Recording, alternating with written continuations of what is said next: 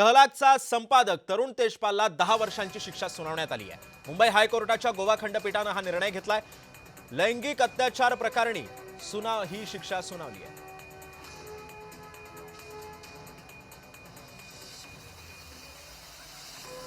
या सगळ्या पार्श्वभूमीवरती मुंबई हायकोर्टाच्या गोवा खंडपीठाने ही शिक्षा सुनावली आहे।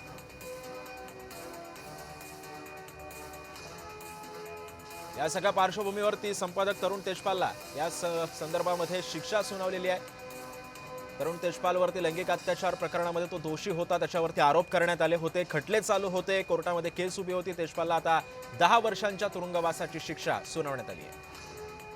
आणि या सगळ्या संदर्भात अधिक माहिती जाणून घेऊयात माझी सहकारी भाग्यश्री प्रधान आपल्या सोबत आहे। भाग्यश्री, अखेर तेजपालला शिक्षा सुनावण्यात आलेली आहे, काय माहिती आहे? नक्कीच सहसा मासिकाचे माजी संपादक होते तरुण तेजपाल आणि मुंबई हायकोर्टाने त्यांना आता मोठा दणका जो आहे तो दिलेला पाहायला मिळतोय। मुंबई हायकोर्टाच्या गोवा खंडपीठाने 2013 सालच्या प्रकरणात त्यांना दोषी ठरवलेलं पाहायला मिळत आहे आणि कनिष्ठ महिला सहकाऱ्यांवर त्यांनी लैंगिक अत्याचार केल्याचा आरोप त्यांच्यावर होता। यामध्ये पुरावे देखील असल्यामुळे हे जे दोषमुक्ती करण्याचा प्रयत्न तरुण तेजपाल करत होते, मात्र तसं झालं नाही आणि ते निर्दोष ठरवू शकले नाही, त्यांना दोषी ठरवण्यात आलेलं पाहायला मिळतंय। या सगळ्यामध्ये जर आपण बघितलं तर 2013 मध्ये गोव्यातील एका 5 स्टार हॉटेलमध्ये कनिष्ठ महिला सहकाऱ्यांवर त्यांनी लैंगिक अत्याचार केल्याचा आरोप त्यांच्यावर होता आणि या प्रकरणी गोवा पोलिसांनी बलात्कारासह विविध कलमांखाली गुन्हा देखील त्यांच्यावर दाखल केलेला होता। 2013 मध्ये तेजपाल यांना अटक देखील केली होती, मात्र त्यानंतर त्यांना जुलै 2014 मध्ये जामीन मिळाला होता आणि 2017 मध्ये खटल्याची सुनावणी पुन्हा सुरू झाली होती।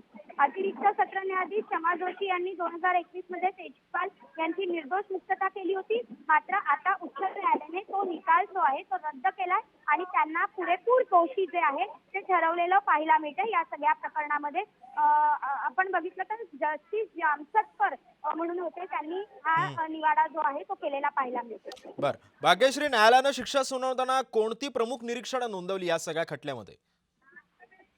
अर्थातच न्यायालयाने निकाल देताना महिलांसंदर्भातले अत्याचार खपवून घेतले जाणार नाही, कोणतेही पुरावे तुम्ही लपवू शकत नाही, अशा पद्धतीची जी एक लाईन आहे ती न्यायालयाने घेतलेली पाहायला मिळाली। आणि आपण बघितलं की आधी देखील न्यायालयाने अत्यंत कठोर शिक्षा ज्या आहेत त्या लैंगिक अत्याचार प्रकरणात दिलेल्या आहेत आणि त्याच नक्कीच भाग्यश्री, त्यामुळे एकंदरीतच तरुण तेजपालला आता 10 वर्षांची शिक्षा झालेली आहे। धन्यवाद तू दिलेल्या सविस्तर माहितीबद्दल।